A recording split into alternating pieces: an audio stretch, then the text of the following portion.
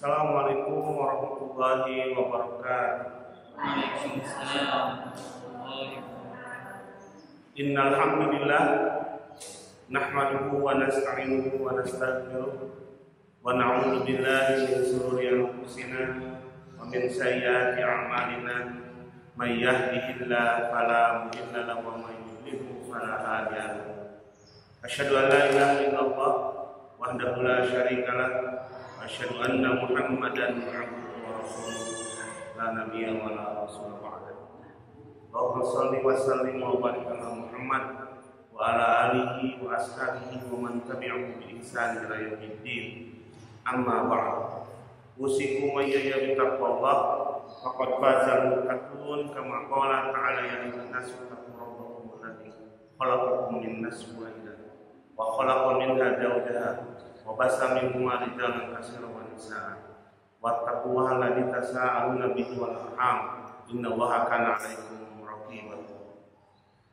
Wa qala an-nabiyyu taqillaha haitsu ma kunta wa adbi sayyi'atil hasanata tamhuha wa khaliqin nas bi khuluqin hasan. Alhamdulillah wa syukurillah wa bi ni'matihi tatimmus shalihat.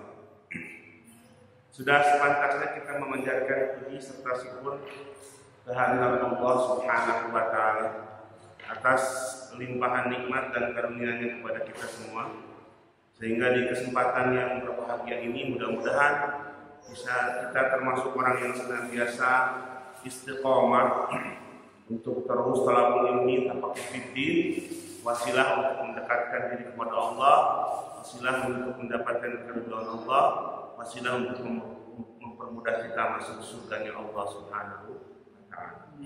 Salawat serta salam tercurahkan kepada junjungan kita Nabi besar Muhammad sallallahu alaihi wasallam, kepada keluarganya, sahabat tabi'in, juga mudah-mudahan tercurah kepada kita semua yang terus istiqomah mengikuti jalan sunnah hatta yaumil qiyamah.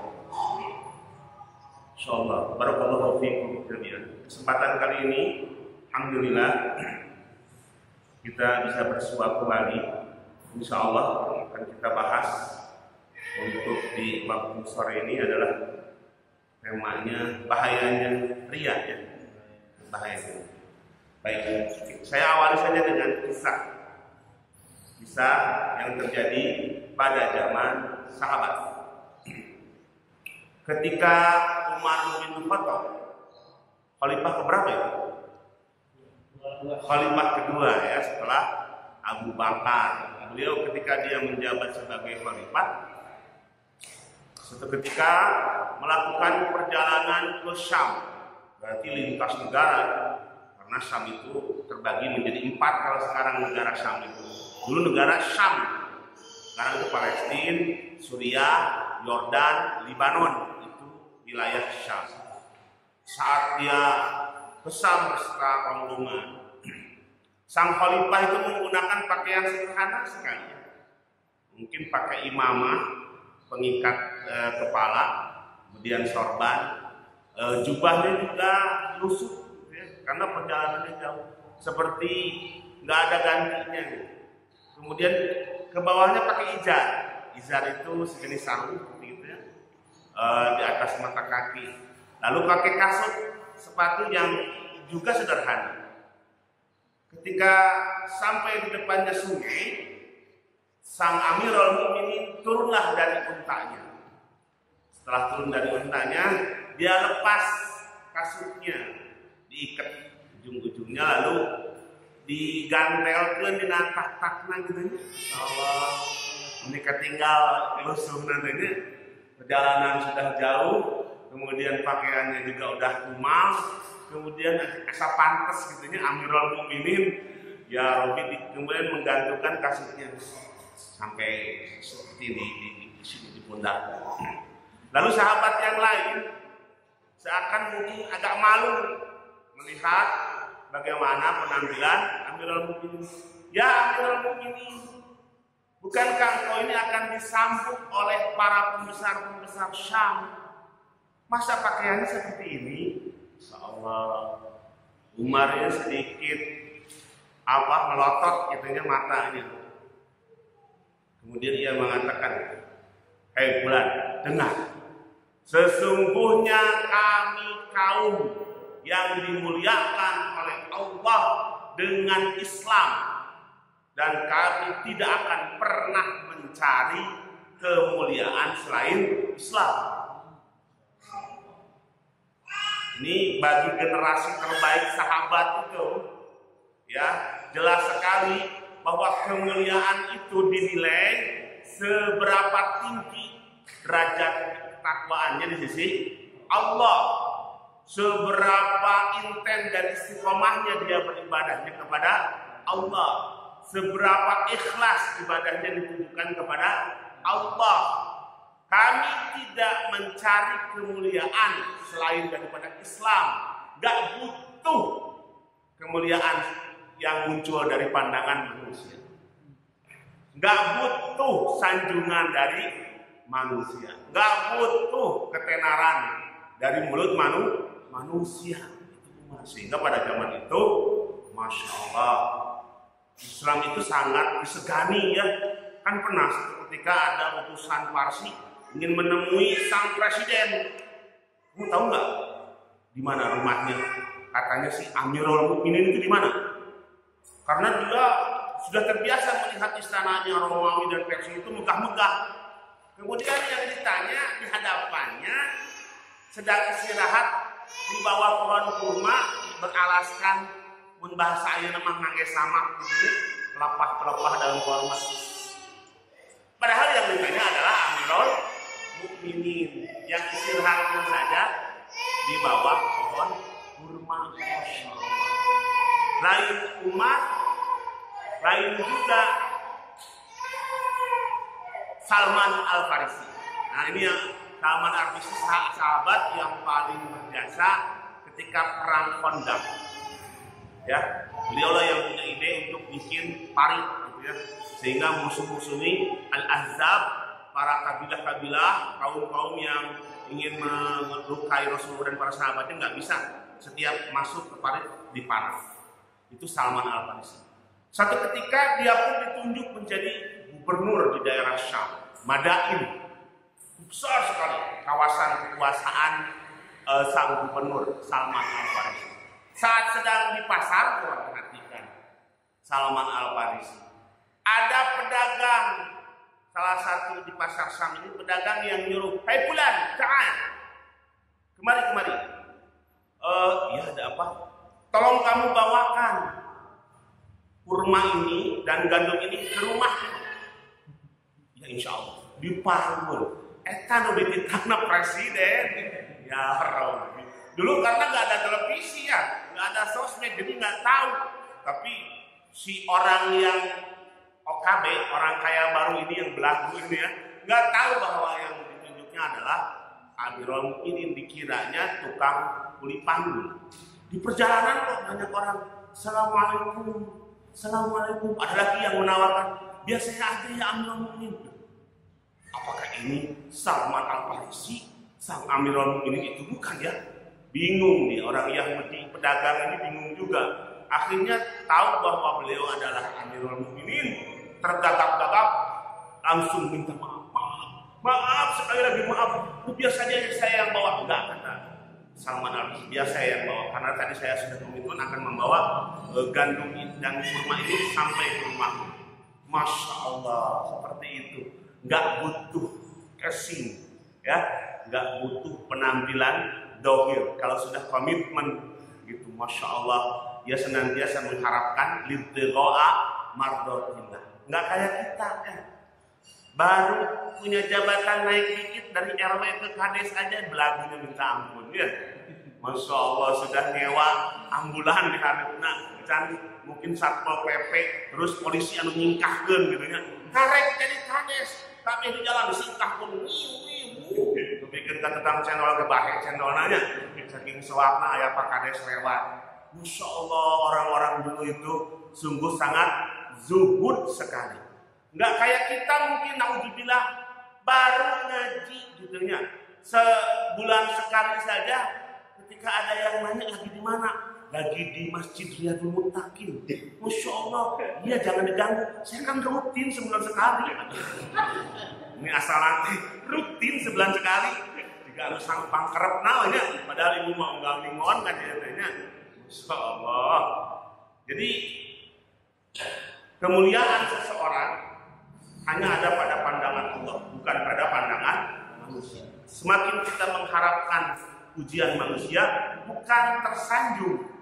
Sinetron sabaraha eta, bala aya tersanjung kayak gitu, bikin ka sabaraha aja. Untung tara nontonnya tersanjung. Ayeuna mah cenah ikatan cinta. Aduh, ya Robbi, disuruh Pak tidur itu si bungsu di awal-awal tuh, kabawa ku umina, cing atuh, kudu molotot teh akhirnya. Pan ketek kudu bisi riade gitu nya. Pan ketek kudu jam 3 teh kan. Masya Allah, ini gara-gara memang betul-betul media ini bisa mengalihkan juga kepada ibadah kepada Allah kalau kita tidak hati-hati. Jadi penyakit ria ini penyakit yang sangat berbahaya. Bahkan ulama mengatakan ria itu karena sangat halus sekali. Ru'yah artinya ya. Artinya ria itu sendiri secara lafal artinya ru'yah. Maknanya ialah ia mencari kedudukan, mencari pujian dan sanjungan di hati manusia dengan memperlihatkan perilaku yang baik dengan amalnya. Jadi ciri orang ria itu kalau lagi banyak orang bagus amalnya, lagi sendirian jelek, ketika disanjung semangat, ketika dicela down gitu ya. So, kemarin ada teman saya, dia bukan teman murid juga ya, teman yang murid gitu. Ngaji paling pojok sebelah kiri, pasti nyirian nanti di pojok sebelah kiri gitu. Kebetulan ngantuk, ternyata bukan kebetulan kerep lamun ngaji teh ngantuk wae gitu ya. Tahu oleh nakrek berarti memang tihangnya kepala itu ada di mata ya. Karena kalau mata sudah tertutup langsung gubrak ya. Tihang itu bukan di leher tapi ada di mata tihangnya kepala. Kita ngantuk, ada yang video kemudian disebarkan ke grup yang lain dari HP moal ngaji deui dengeunah dari HP di video pun disebarkan. Insyaallah dia ingin kalau dipuji kemudian dia semangat ngaji, kalau ada yang mencela down. Saya bilang, kamu ngaji karena Allah apa karena manusia? Saya karena Allah, tapi dia amalan nyeri hati. Kenapa mesti nyeri hati? Wallahi amalan kamu tetap berharga walaupun ketika ngaji tidur, karena beda dengan yang tidur di rumah ya. Ngaji itu ketika kamu melangkah ke masjid diangkat derajatnya, kaki kiri kaki kanan diampun dosa-dosanya, lalu kemudian ketika masuk diberkahi, para malaikat mengucapkan salam dan rahmat, lalu kemudian memintakan ampun kepada Allah. Anapun pas ngaji langsung dungsek kembali etan untuk menang pahala. Tapi dari awal itu proses pahalanya begitu banyak. Kadang isi ayah ibu Ustaz ayah nama datos canggih ayah YouTube terkedah naos ke masjid, ayah televisi, ayah Mang Dedeh, ayah Ustaz Maulana, ayah Syekh Ali Jaber mawat, ayah Adi-Adina, ayah nama gitu Muhammad Jaber. Masya Allah, wallahi ngaji di rumah itu sedikit sekali keberkahan. Ya, yang disunahkan itu mulajamah berhadapan seperti ini ya. Kalau memang dibolehkan, bahkan mungkin ditekankan ngaji melalui media, entah itu YouTube ataupun televisi, berarti dulu Jibril nggak usah datang ke Gua Hiro. Saya via YouTube aja ya, dengarkan ya Muhammad, Iqra, Bismillah. Via YouTube ya Rabbi. Makanya faedah yang kita dapatkan bila mana kita berkumpul dengan orang-orang soleh adalah Allah ridho, karena banyak sekali pahala yang didapatkan. Masyaallah muslimin rahimakumullah. Kita sering baca surat ini, surat Al-Ma'un ya. Ara'aital ladzi. Di situ ada ayat keempatnya.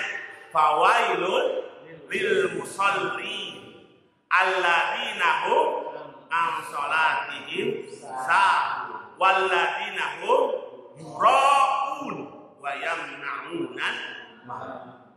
Fawailul lil musallin, celakalah orang yang sholat. Celaka mah susah kalian mau sholat. Nah ini cara berpikir yang bodoh ya. Maksudnya bahwa orang yang sholat saja ada potensi dia celaka, ya. Bahkan bisa jadi tidak diterima sholatnya, apalagi tidak sholat. Ibarat kata motor udah pakai rem cakram tabrakan, itu remnya double cakram, mesti tabrakan. Bisa sekalian mau pakai rem, kira-kira kumaha lah untuk pakai rem, ya lebih parah, ya. Makanya kadang-kadang kalimat-kalimat ini jangan menjadi acuan bagi kita. Ada juga ibu-ibu, ngapain mesti pakai jilbab?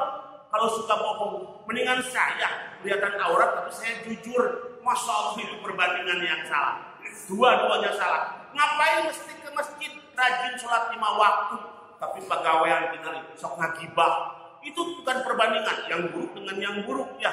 Seharusnya kalaupun itu mungkin ngaji terpaksa, sholat terpaksa, saum terpaksa, tapi itulah yang harus kita jadikan acuan.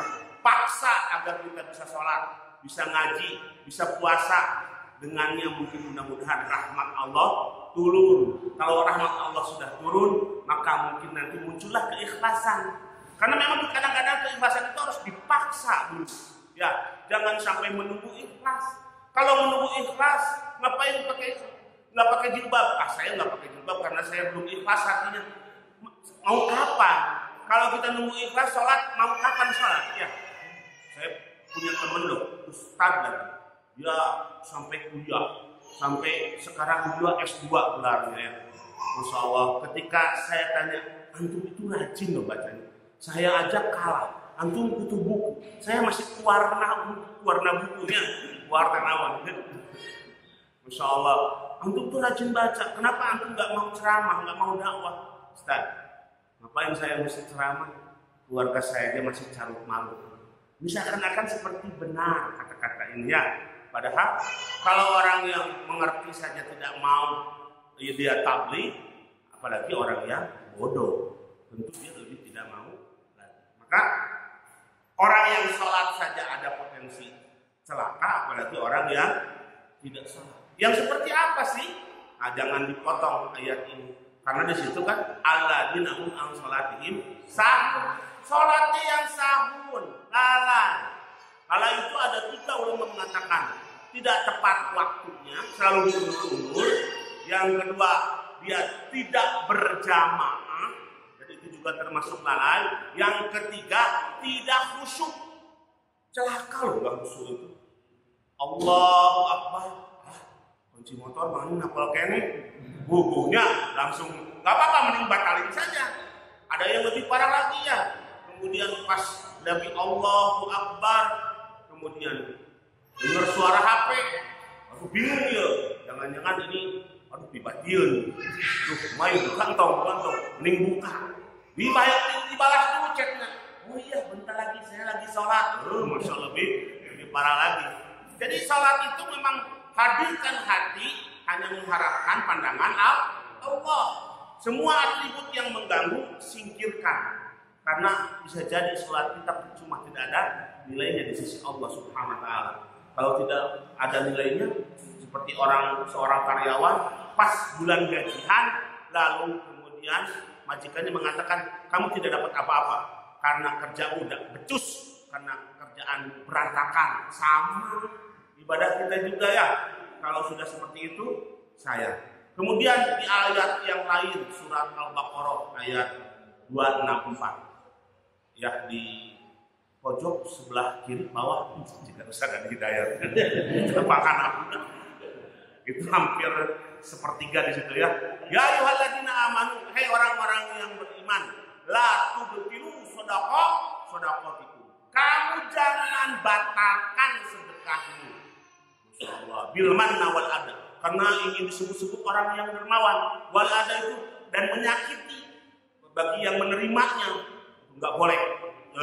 Mana mah lamun teu sayang mah moal jadi kieu, moal menyakiti orang yang menerimanya, ya. Masyaallah, makanya di ayat itu dilanjutkan kalladzi yunfiqu malahu ria'an nas.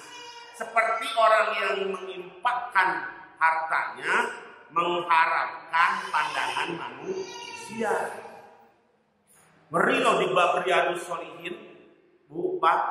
Di situ ada ayat bab tentang ikhlas. Ada yang diseret pertama kali ke neraka adalah orang yang kaya raya. Lalu ditanya, untuk apa uang yang kuberikan kepadamu? Kata Allah, ya Allah, harta ini amanat, maka ku berikan di jalan Allah. Pakai untuk sedekah, wakaf, kemudian infak, zakat. Kadzabta, kamu bohong. Kamu berinfak, bersedekah, zakat, umrah, haji, kurban, hanya ingin disebut orang yang paling kaya, orang yang paling dermawan. Makanya dari awal mau memulai, sedang memulai, dan sesudahnya amal itu harus dihisab, Di sini menggunakan kalimat fi'il mudhari, la tubtilu, jangan kamu batalkan, jangan kamu gugurkan. Artinya pakai fi'il mudhari itu jadi sebelum, sedang, dan sesudah harus diperhatikan. Karena ada juga orang yang dia bersedekah sebelumnya sudah gugur, tidak ada nilainya. Nanti dengerin, kalau habis salat Jumat ada pengumuman yang agak gede itu saya. Padahal belum diumumkan ya. Masya Allah, sudah langsung ingin sebut. Atau mungkin sedang berjalan tapi batal pahalanya. Sebelumnya sudah diem, nggak ada yang tahu. Pas diumumkan, Abdullah menyumbang ke Riyadhul Muttaqin 5 juta. Maaf, bukan Abdullah, Haji Makmun. So, batal tidak? Batal. Atau sesudahnya mungkin bisa jadi dia sebarkan kepada yang lain. Tahu nggak? Tadi yang paling besar siapa? Haji kan? Oh iya dong. Oh iya dong. Kalimat itulah yang menyebabkan batal yang 5 juta kan. Bahkan saya pernah loh di sana tempat kelahiran saya di Sayat Lama. Masjid itu megah sekali. Habis katanya 2,5 miliar. Yang sedekahnya itu kebetulan masih saudara. Gigireun pisan. Apa jadi entat? Sahacing penggedena ieu. Duga keterang Pak Haji. Mainnya ke apa? Di dia mah update. Insyaallah. Saya cari infonya, ternyata beliau. Si orang tadi, yang disebut kena namanya.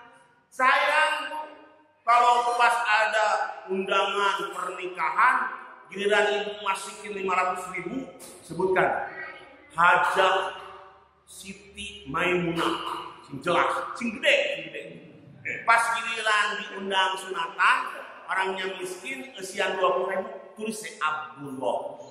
Hamba Allahnya, ada seetik mah hamba Allah, ada gede mah ngarang naudzubillah. Ini nggak boleh.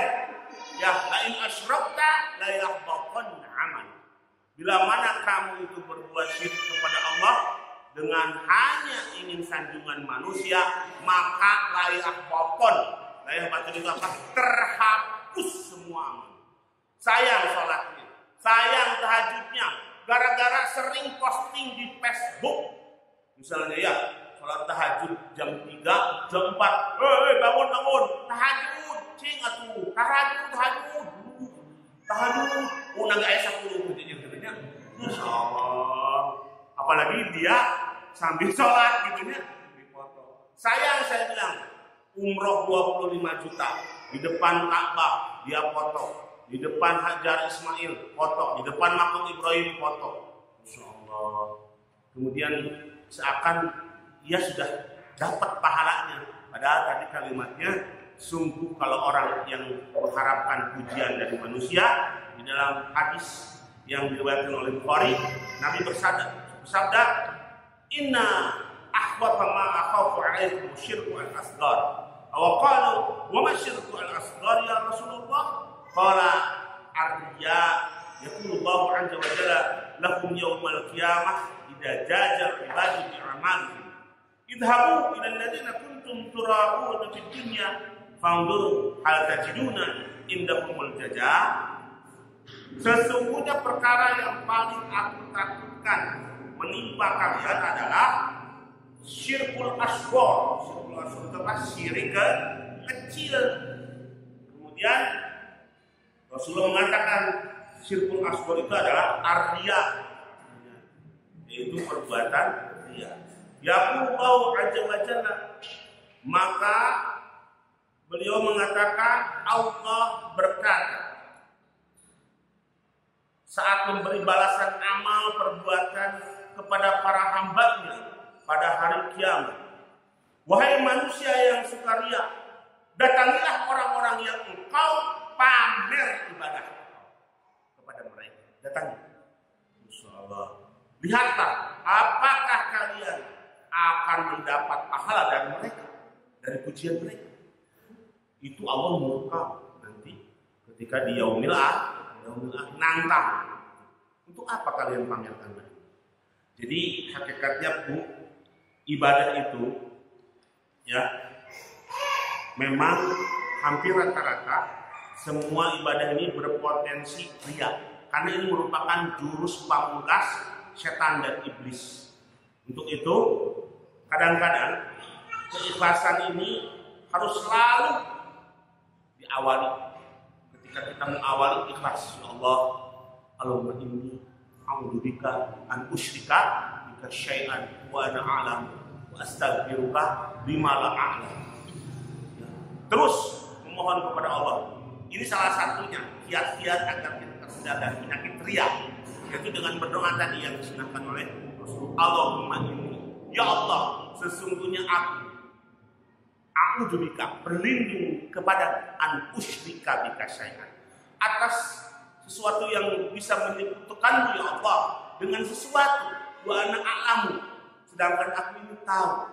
Kemudian wa astaghfiruka, dan aku mohon ampun kepadamu, lima la a'lam, dari apa-apa yang tidak kuketahui.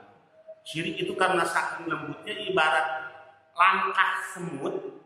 Kalau Rasulullah menyatakan ibarat langkah semut hitam di kegelapan malam di atas batu hitam. Langkah semut besar apa kecil? Kecil saking lembutnya. Kemudian nggak kelihatan, hitam warnanya di atas batu hitam di kegelapan malam. Makanya antara dia dengan ikhlas itu susah, kecuali kita lah yang harus selalu memohon kepada Allah. Kadang-kadang gitu ya, kita pas melangkah ke masjid pakai pakaian yang baru dibeli, sudah gayanya beda, agak membusungnya, insyaallah. Atau mungkin dari jalannya, atau mungkin dari mata, pandangan matanya, seakan-akan ingin ada yang melihatnya. Atau mungkin kita nggak jarang ke masjid, ketika ke masjid rindu sekali pujian orang. Masya Allah, rajin. Cuman gitu pada matanya. Seakan-akan dia senang kalau ada orang yang. Makanya kalau orang yang ikhlas itu ya Bu, Pak, dia tidak pernah mengatakan sesuatu bila mana tidak dijawab, tidak ditanya, gitu ya. Tidak pernah. Dia pergi ke masjid, boleh ditanya, mau kemana Pak? Oh, mau ke masjid. Nah, soalnya kalau dia nggak bilang jam 3 ke masjid, curiga. Oh, Bandung kerja, ya lamarnya. Saya teman-teman ini keluarga baru, kita harus terangkan. Mau kemana Bu? Ke majelis ilmu. Niat kita tetap luruskan karena ditanya. Orang yang ikhlas itu dia nggak akan mengatakan sesuatu sebelum ditanya. Beda dengan orang yang meriah. Masya Allah. Tahu nggak? Tahu nggak? Nggak, terus saya mau tahu. Padahal nggak ada yang nanya. Ya, ke masjid nggak? Nggak ke masjid. Masjid iya ke masjid baik. Nah, siapa yang nanya gitu kan ya? Masya Allah, ini cirinya antara orang yang ikhlas dengan orang yang ria. Sehingga halus terkadang. Sepertinya saya dapat teman-teman itu loh, satu pesantren 30 tahun yang lalu, satu pesantren itu ya waktu di Solo. Levelnya sudah dia pengurus pesantren, hampir sering gitu posting di Facebook itu ya. Ngajak tahajud itu momennya pas jam 4. Kenapa harus mesti di jam itu? Ya, kalaupun bahasanya bukan seperti itu, dia posting mungkin dalil-dalil dengan keutamaan tentang tahajud. Jangan. Kaum muslimin, teman-temanku, para followerku bangun tahajud.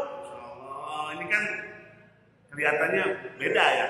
Walaupun seakan-akan seperti memberi motivasi, padahal dalam hatinya ingin ada yang mengatakan, hebat ya, kau sering tahajud, maka berguguranlah. amalan tahajudnya yang dilakukan selama 20 tahun, selama 30 tahun. Kalau kemudian pada akhirnya ia ingin disebut sebagai ahlu tahajud. Masyarul muslimin rahimakumullah. Apabila Allah memerintahkan ibadah itu secara umum, salat secara umum, kemudian terlihat oleh jamaah, maka pada saat itu luruskan niat kita, luruskan, selalu dijaga.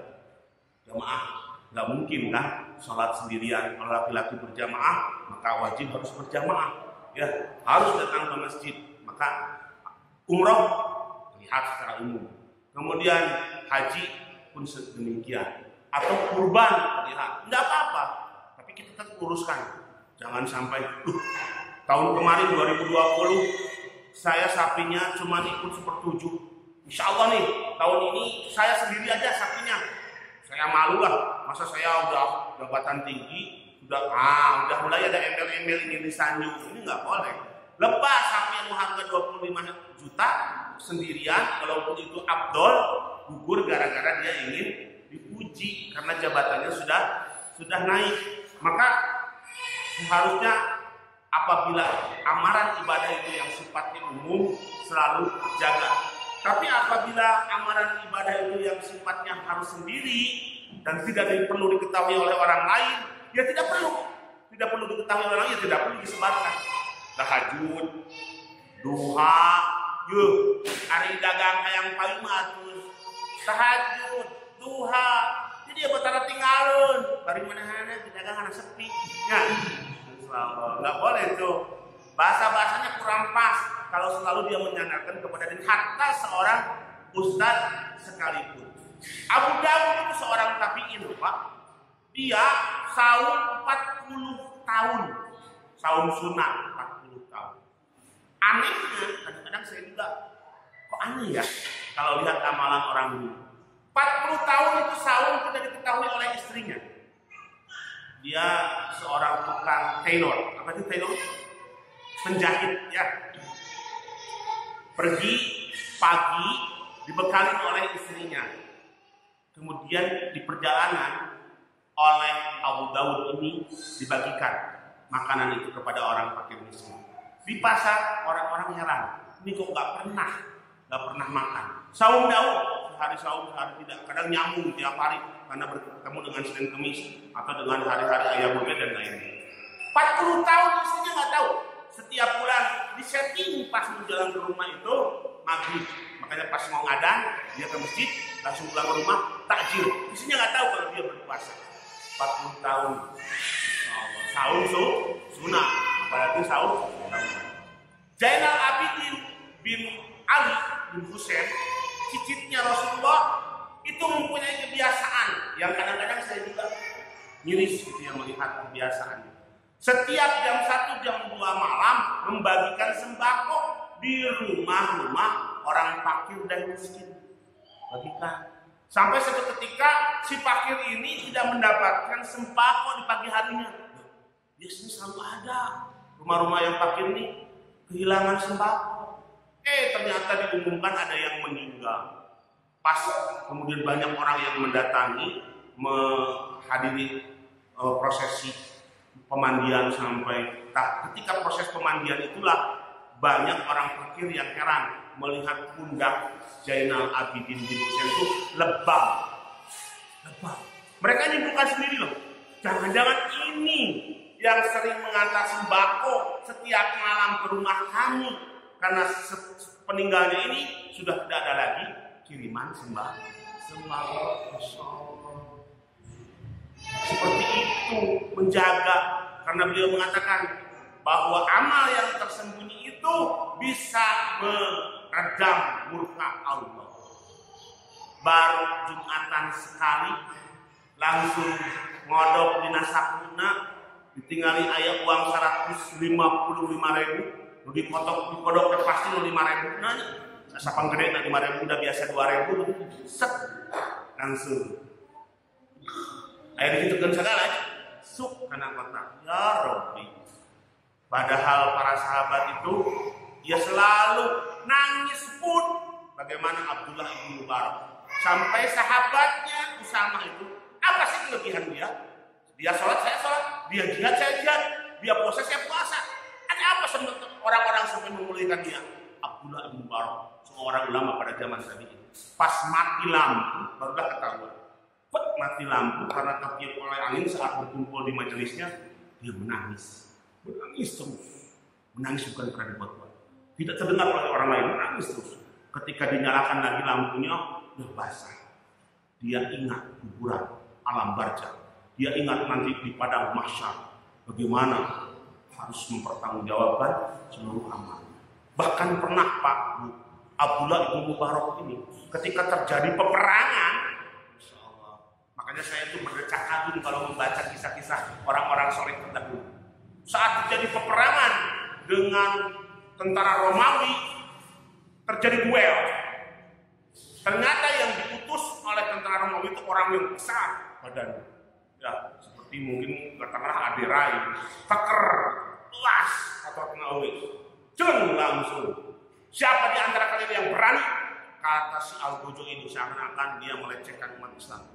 Semuanya kecut. Badannya 2 meter.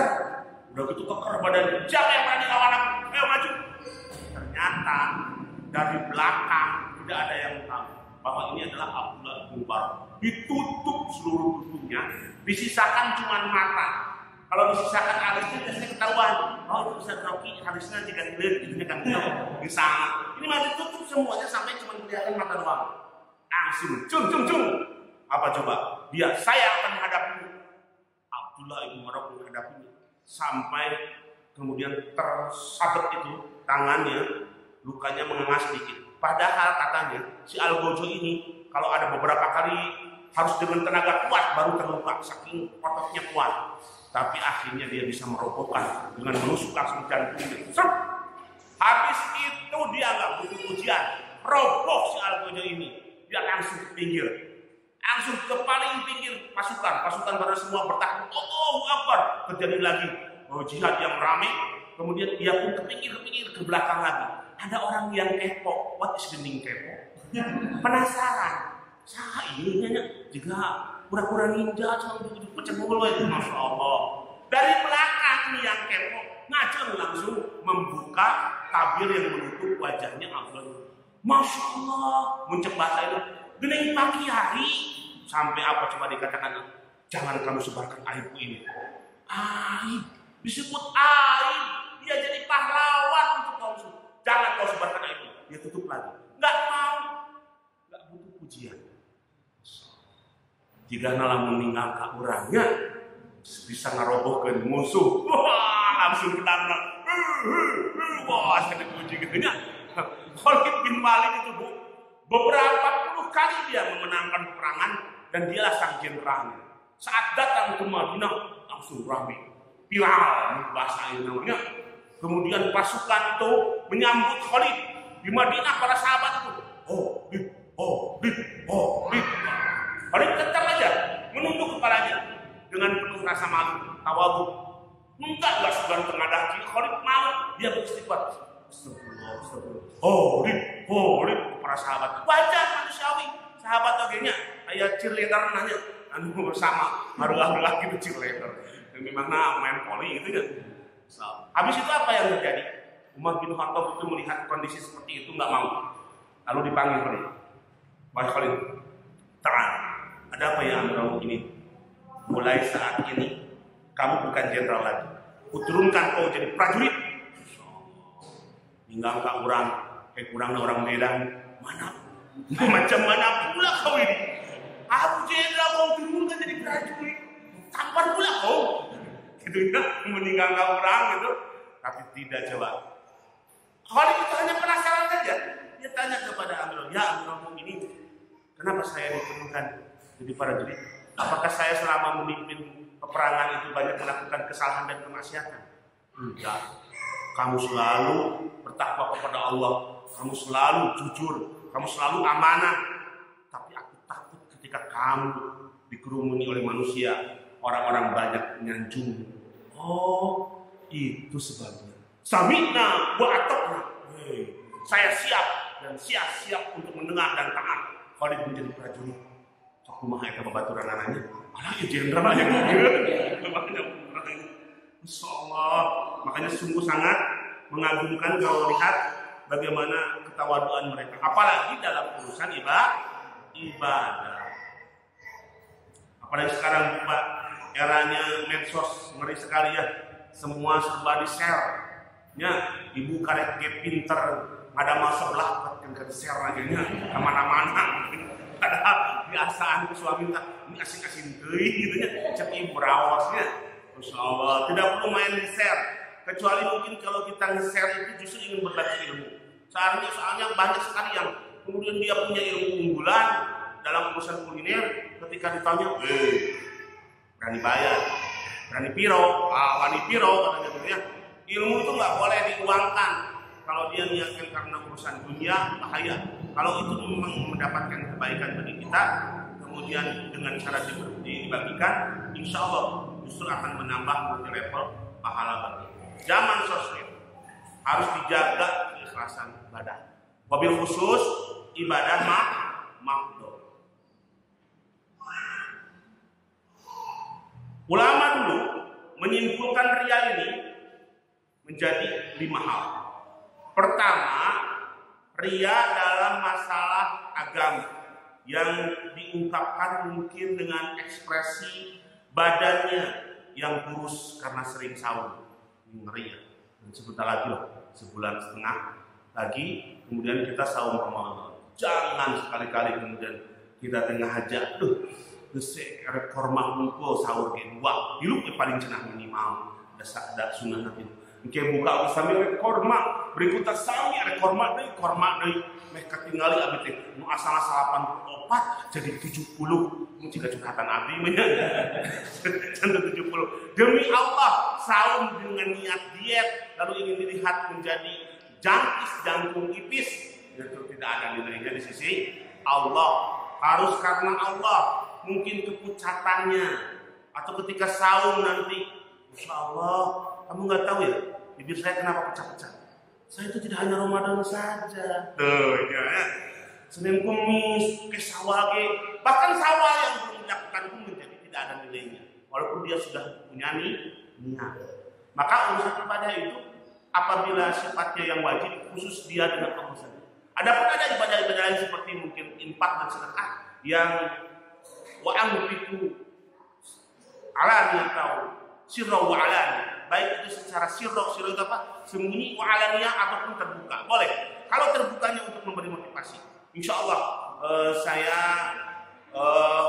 sedekah untuk masjid 100 sak semen.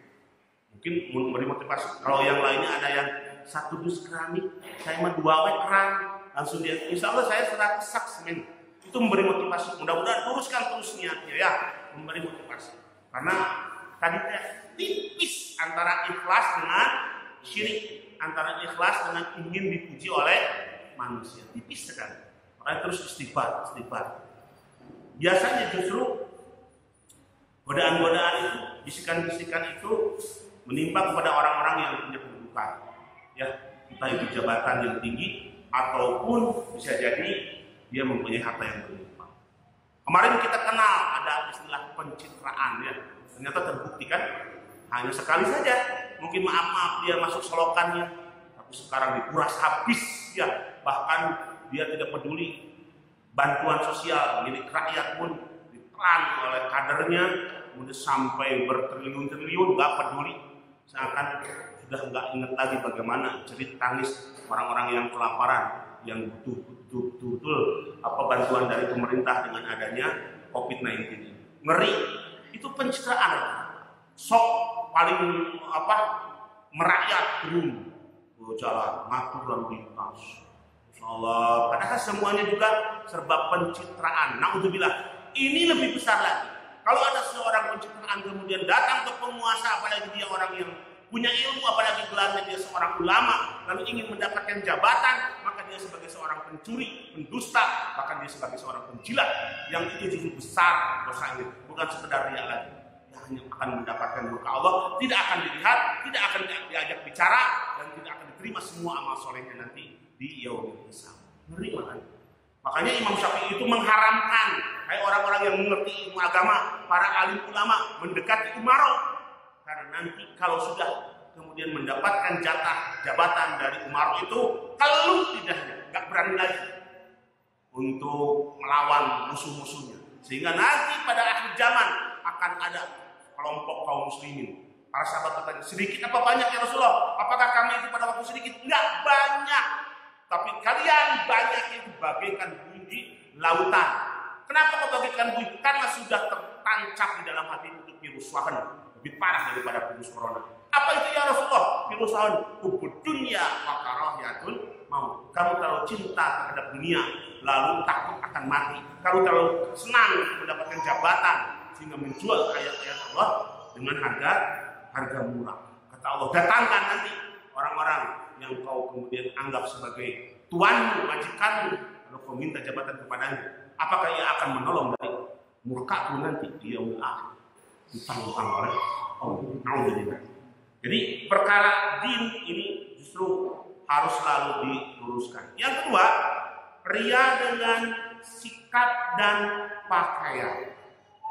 Ya, perbuatan tersebut ialah mungkin sikap kita atau pakaian kita atau mungkin gaya pakaian kita.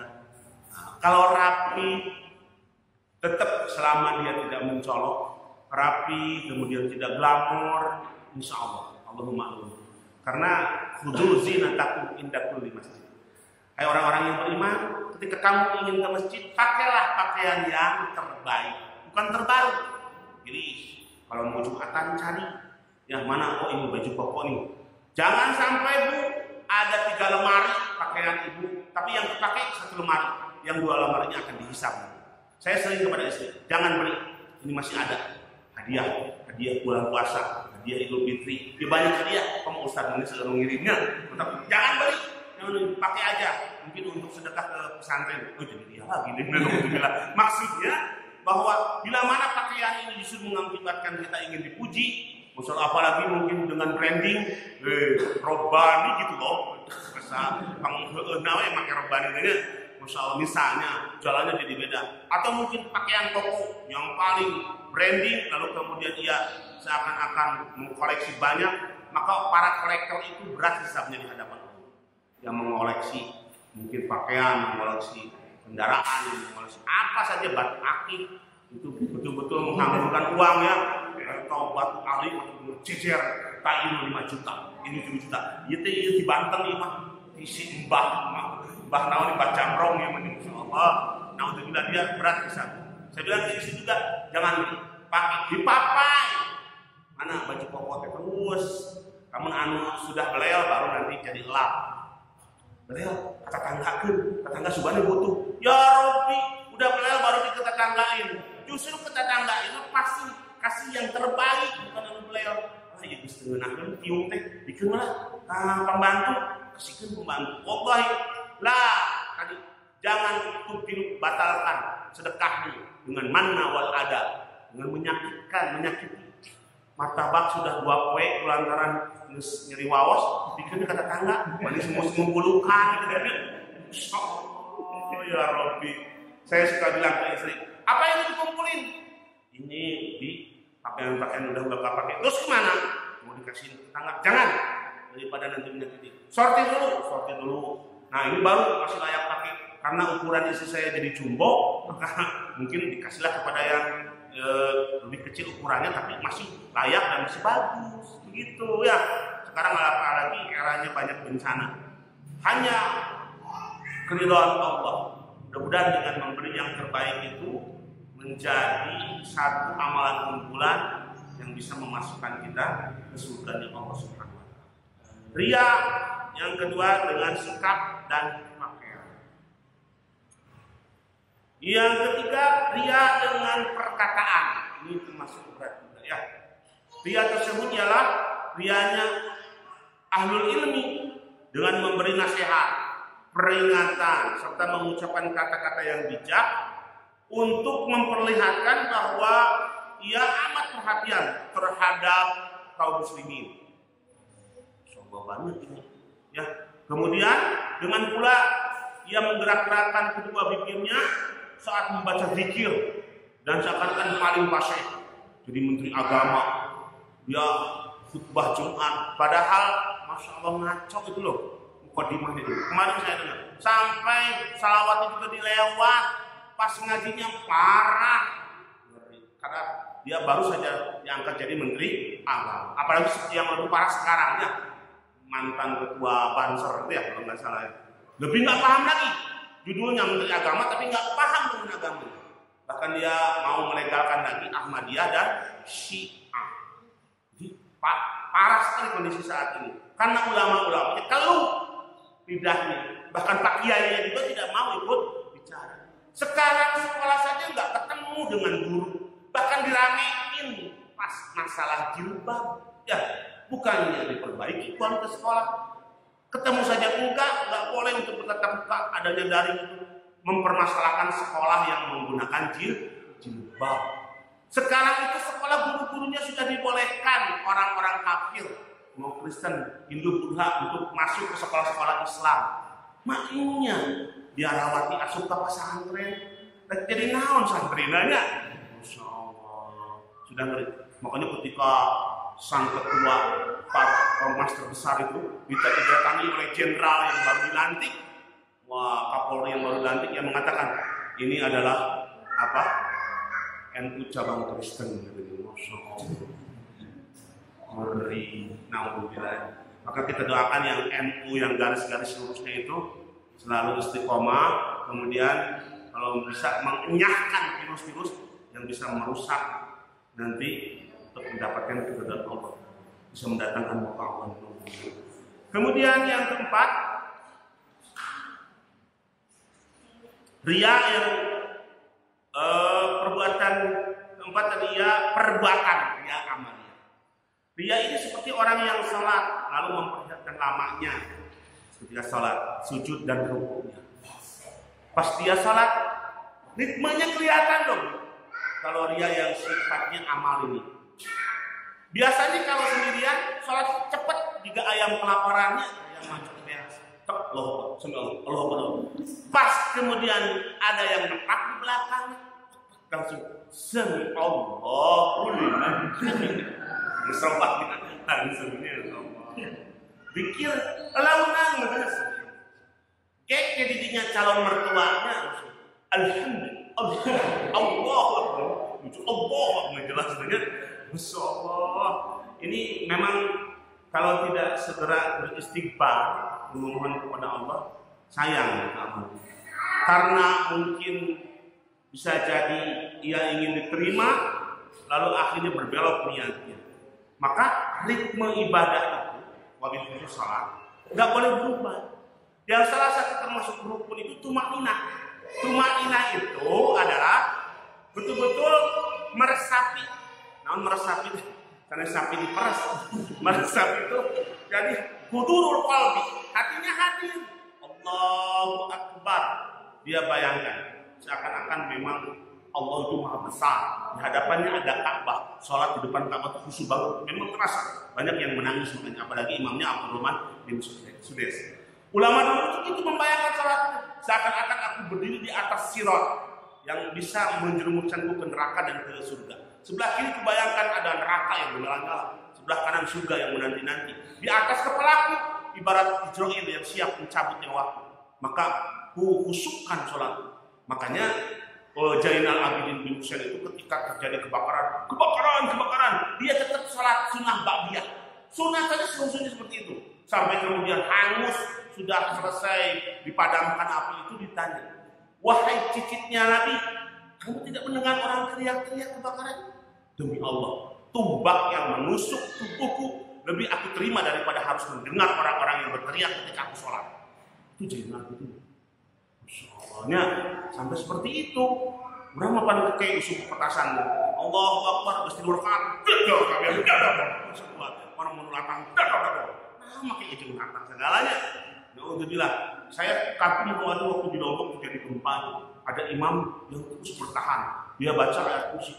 Allahu la ilaha illal hayy, sambil dipegang ininya tembok masjidnya dia. karena goncangannya begitu besar. Ternyata qadarullah, masyafa'al, masjid itu tidak roboh. Kalau yakin betul ya, nggak roboh.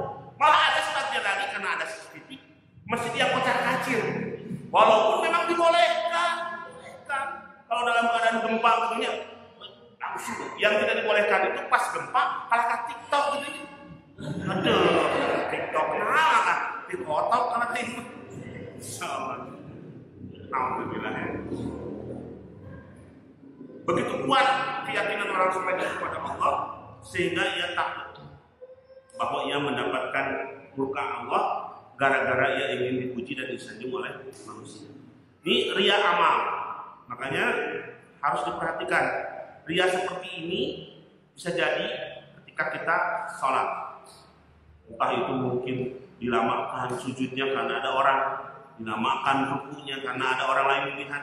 Tapi ketika dia sholat sunnah, sholat duha, sholat tahajud, ritmenya dipercepat. Maka bisa jadi sholat yang tadi itu karena ingin dipuji oleh manusia. Contoh lain, menundukkan kepala dan tidak menoleh saat berjalan, gitu ya, seakan-akan pangkusuna karena dia warga baru, karena pakaian kecil. Walaupun memang termasuk yang disunahkan juga qadul basar, tapi enggak gitu-gitu amat kali ya. Itu apa? Ayat yang listrik di harus nanya. Nah, qadul basar itu memang betul perlu.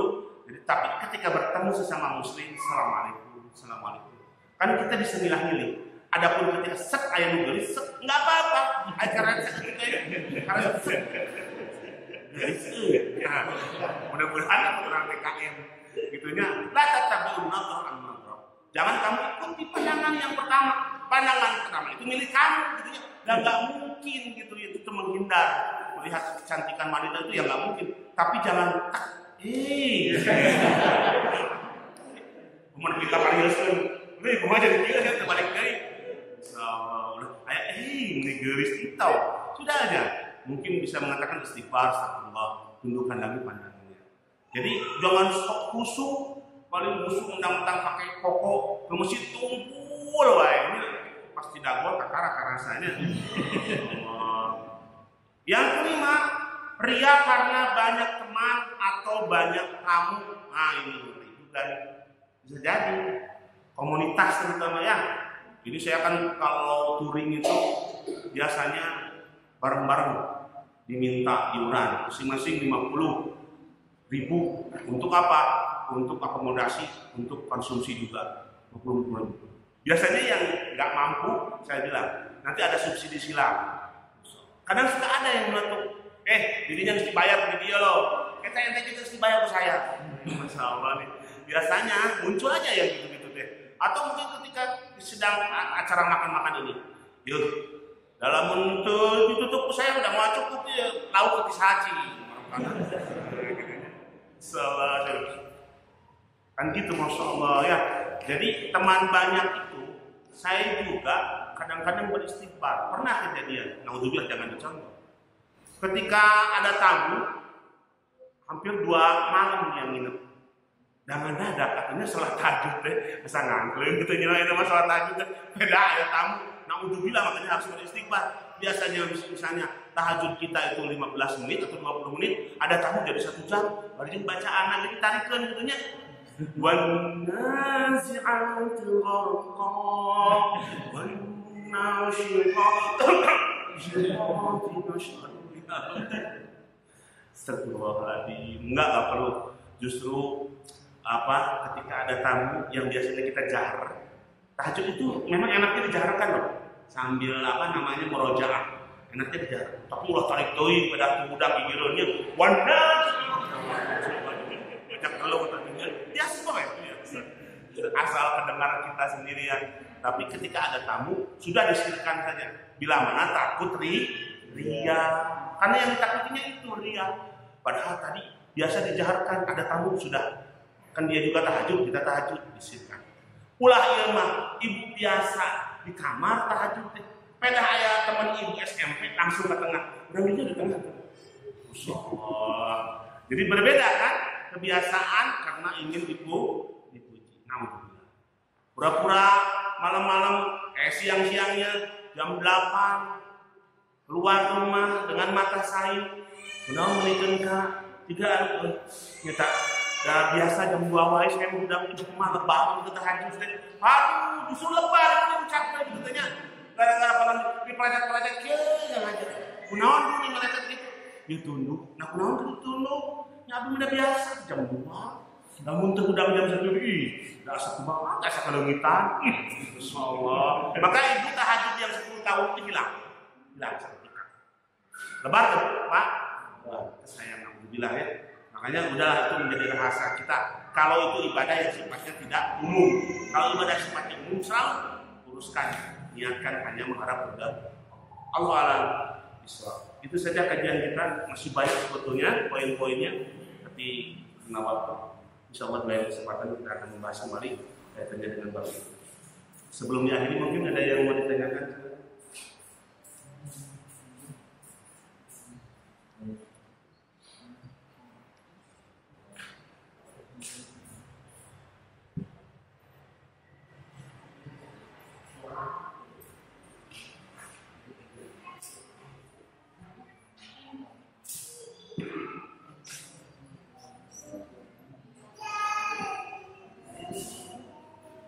Saudara Ustaz, Siap. Misalkan tadi melakukan amaran berlaku Ustaz, ternyata di istighfar Ustaz itu bisa balik lagi tuh Ustaz, misalkan udah tahu rianya gitu, nanti istighfar sebelum ria cerita gitu, bisa balik lagi ke amalnya gitu, atau maksudnya hilang gitu. Wa biusayyatil hasanah tampuha.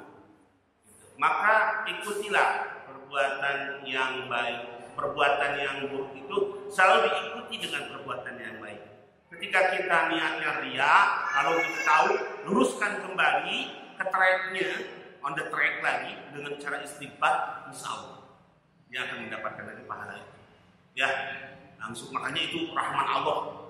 Jadi kalau kita itu berbuat amal soleh, baru niat saja sudah dicatat. Ketika dia sudah melakukan niat itu, lalu kemudian lempar deui, barat salat. Ada wa minhum alladzina yadhkurunallaha, dia mengingat Allah dengan cara lalas. Apa? Salat Allahu Akbar, ingat kemana menit? Tadi HP di mana nyimpen? Perasaan mas. Kemudian rakaat kedua fokus lagi. Bayangkan bagaimana kebesaran Allah Subhanahu wa taala, bagaimana di atas sirat dia terus beristighfar dengan menghayati setiap bacaannya. Maka rakaat pertama diterima. Maka disebutnya itulah orang yang sholatnya mendapat ampunan. Nah, ibadah yang mendapat ampunan juga begitu. Tapi respect seketika itu pula, ya jangan nanti setelah 2 bulan, 3 bulan. Enggak, memang yang paling baik itu istighfar spontan. Salah istighfar. Karena istighfar yang bisa menghapus dosa sebesar apapun dosa itu. Tidak ada dosa kecil yang dilakukan secara terus-menerus, dan tidak ada dosa besar yang selalu diakhiri dengan istighfar. Maka dosa besar tidak akan ada, kata ulama. Astagfirullah. Makanya betul. Tadi salah satunya doa tadi agar sering diucapkan setiap saat. Allahumma inni a'udzubika an usyrika bika syai'an wa ana a'lamu wa astaghfiruka lima la a'lam. Dan aku beristighfar kepadamu ya Allah dari apa yang aku tidak sadar, bahwa tadi dia tidak sadar, maka diampuni. Insyaallah.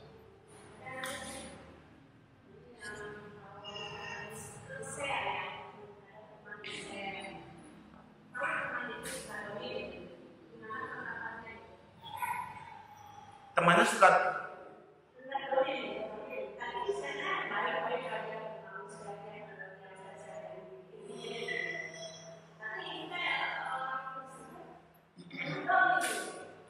ya, ada istilah begini ya,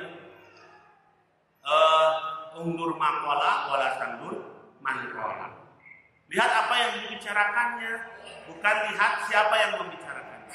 Walaupun mungkin orang dolim, hatta orang kafir sekalipun, ketika dia nge-share yang baik-baik, indahnya ya sedekah, ternyata sedekah itu bisa mendatangkan keberkahan misalnya. Padahal dia orang dolim, maka tetap kita follow di situ, I like you, bahkan I love you. Nah, apa? Padahal dia orang dolimnya I love you, tapi bukan kepada yang lain lawan jenisnya. Misalnya, usah gimana I love you, Bukan maksudnya ini ya sama ibu-ibu gitu ya. Baru disebut kalau ibu ternyata anu postingnya umur 80 tahun. Jadi nggak apa-apa kalau itu kata-katanya baik kita ambil, walaupun dia orang dolim. Kebencian itu tidak perlu berlarut-larut. Padahal dia ketika sebelumnya nggak usah, biarin saja urusan dia dengan Allah. Tapi bila mana dia berbuat baik, justru kita doakan.